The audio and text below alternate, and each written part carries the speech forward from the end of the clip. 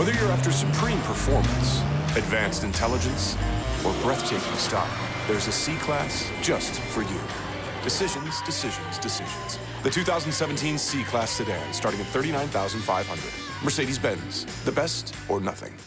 It's time for authentic and insightful business talk radio. Chief Executive Radio puts you right in the boardroom of some of the world's top thought leaders and titans of industry. So whether you're a CEO, business owner, board member, or aspiring entrepreneur, buckle in and welcome to Chief Executive Radio.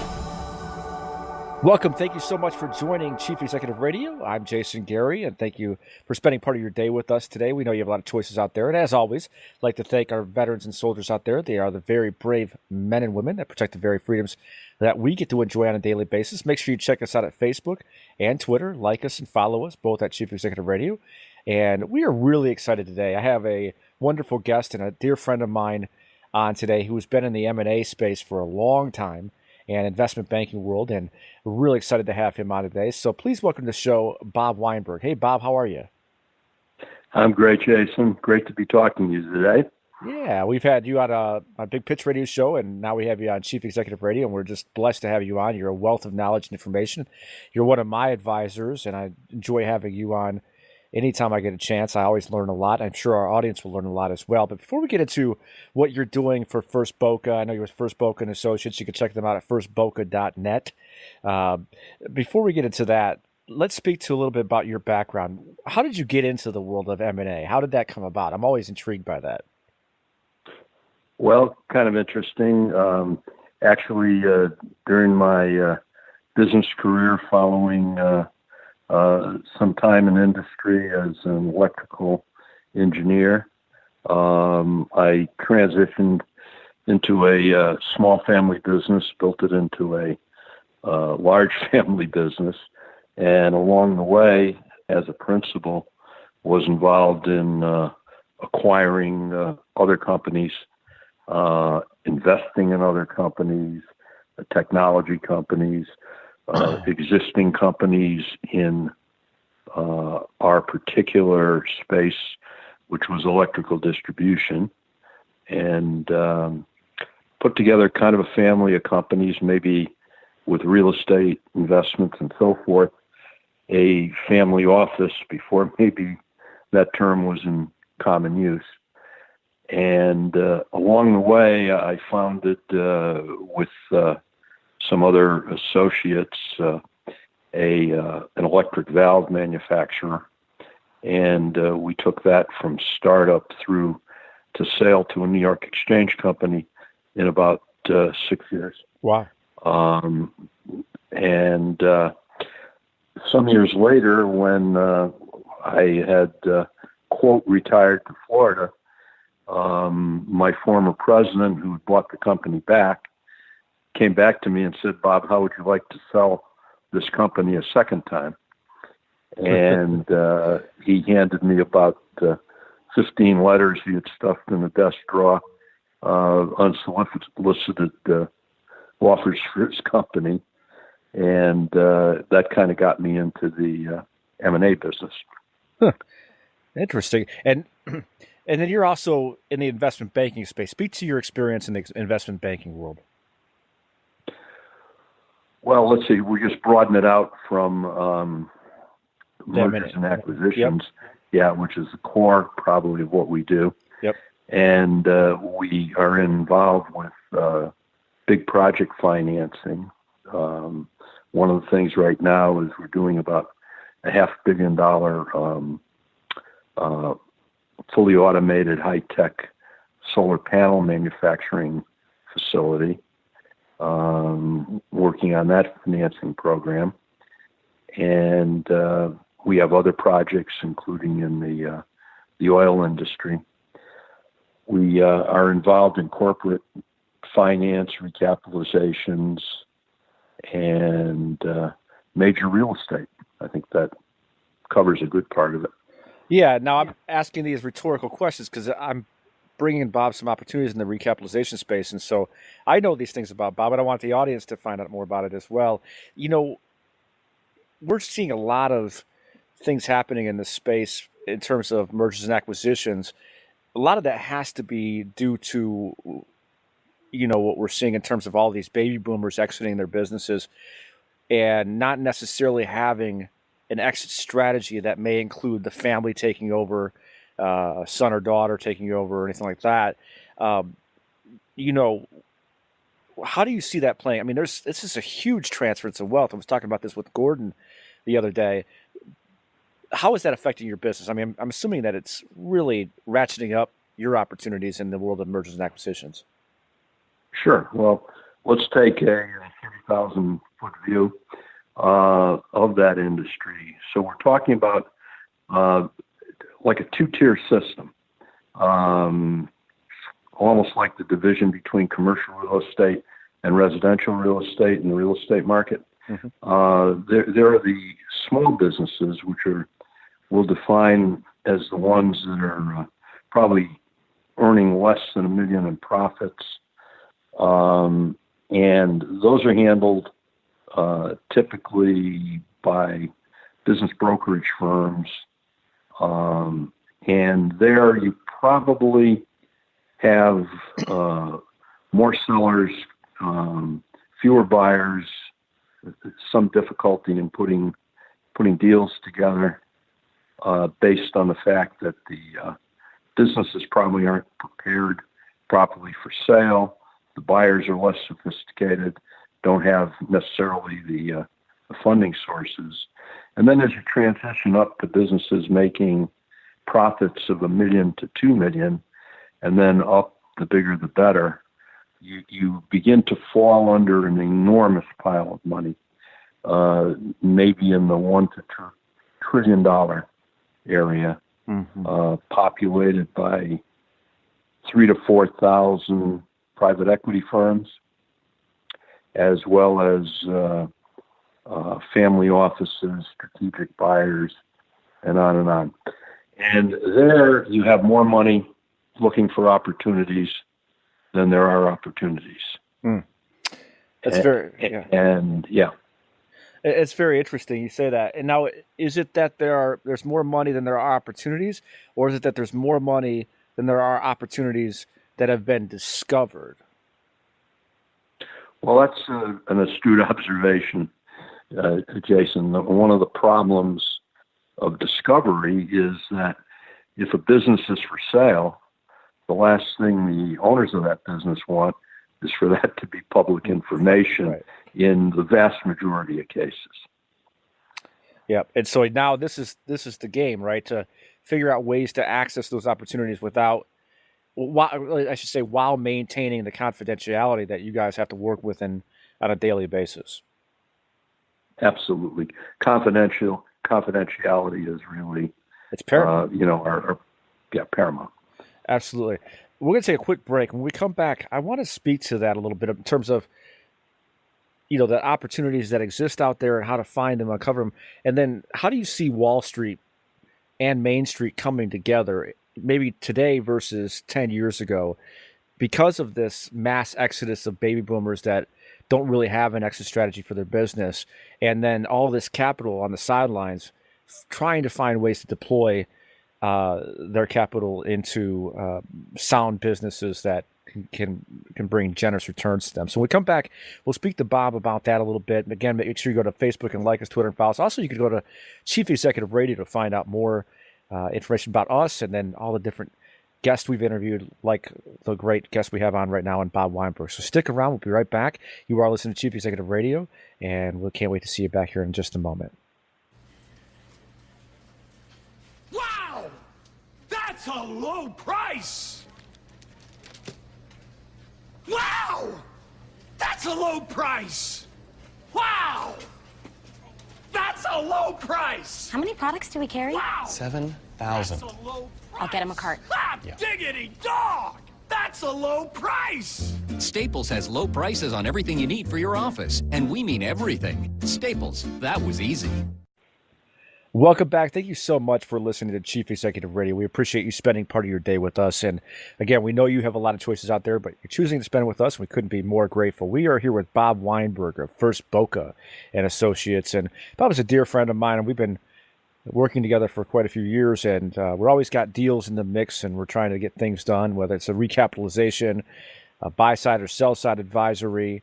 And so I'm always excited to speak with Bob because he brings a wealth of knowledge. He's been in the industry for 40 years. He's considered, he doesn't like me to say this, but considered the grandfather of M&A, and he's won a lot of awards that probably back that up. And so it's a pleasure to have Bob on. And Bob, before the break, we were talking about, really the transfers to wealth that's taking place right now with all these baby boomers exiting. And then you got all your private equity firms that you've alluded to earlier on. How do you see private equity, family offices, and the investment banking community as a whole interacting with Main Street businesses these days? And do you see more of an appetite from the private equity firms to get more involved in these Main Street businesses and middle market companies and trying to stake their claim in those as well? Well, we certainly see, a trend toward public market liquidity. Historically, there have been very distinct piles of money. Private equity firms, specifically private companies, family offices, really looking for companies in the private market with no intention, in most cases, of a public exit. We have seen, let's say, a mild or moderate trend in the private equity firms of some beginning to exit some of their more successful companies into the public marketplace. And beyond that, we've seen some relief in the regulatory constraints between operating in the private and public market. Mm-hmm. We've had a long period where effectively the regulatory constraints pretty much said if a sale of a company was for stock, be it a corner lemonade stand or a major business, it had to be handled by a broker-dealer registered with the SEC. They weren't even interested in looking at many of the businesses in the small to mid-market. So it was a pretty inappropriate regulatory structure, and there have been some modifications to that in the last couple of years. Mm-hmm, mm-hmm. How does that directly tie into what you guys are doing at First Boca? What interactions are you seeing out there that you're able to participate in that is indicative of what you just said? Well, I think it allows us, we look at each transaction because we have inconsistency in state laws. We have to go state by state. Mm-hmm. I don't remember the number exactly. I think about 18 states required some sort of business brokerage license. But then there was a second look at M&A transactions and equity transactions from the state securities commissions. And then you had the federal SEC regulatory commissions overriding all of that. Mm-hmm. So each transaction in a given state, we have to study to make sure that we're in regulatory compliance being involved in that transaction. Hmm. Where do you see all the, in terms, I mean, this is an exciting time. Where do you see some of the trends going over the next 3 to 5 years in terms of M&A, in terms of capital formations inside of companies and exits and even companies seeking to maybe even go public? I mean, do you see an uptick in the level of activity because of, the new regulatory relaxation that you're talking about, or that because of the baby boomers that are exiting their businesses? Are you seeing an uptick, and do you see a greater level of activity coming down the pipe? Well, certainly a reduction in long-term capital gains will make it more attractive for owners of businesses who want to exit to exit without sustaining, a major tax hit. That's one thing. The other trends toward easing up on some of the regulations. I just told you what we have to go through as a business in trying to deal state to state with similar transactions. There should be some uniformity in regulations where we could be, duly licensed and be able to work in all 50 states. Mm-hmm. Mm-hmm. Yeah, absolutely. I mean, it's really interesting to see all this play out real time. I mean, I've talked to so many people, and they're really excited about the future, and really want to. And you tie in. We talked about this before. You tie in with the Jobs Act and Title IV, and now you can raise capital from non-accredited investors, and it's really interesting to see all that play out. And I imagine that has a direct effect in what you're doing on a daily basis. What do you hope to accomplish with First Boca over the next 5 years? What do you see? Where do you see your company going, and how do you see the landscape of what you're doing changing? Well, we're probably going to be growing the structure of our business operation by bringing in additional people who are probably skilled in their own business experience in mergers, acquisitions, financing, and so forth, so that we can handle more clients. We're, I think, as you've probably experienced, we're already running against an overload of opportunities. Busted at the seams, right? Yeah, absolutely. They are too. I mean, he's not making that up. A lot of people get out, out there and get grandiose around what's really going on, but he's not kidding. They are really busted. I think that a lot of that's attributed to, the integrity your business has upheld over the last 40 years, Bob. And a lot of kudos goes to you guys for that, because sometimes integrity in any environment, any vertical or industry, sometimes comes in short supply. So it's always great to speak with somebody that I know runs a very, very legitimate, healthy, viable, and honest and integrity-filled business like First Boca and Associates. I know you got another call to get to. You're back to back to back, so I don't want to keep you. But please tell people where they can find out more about you.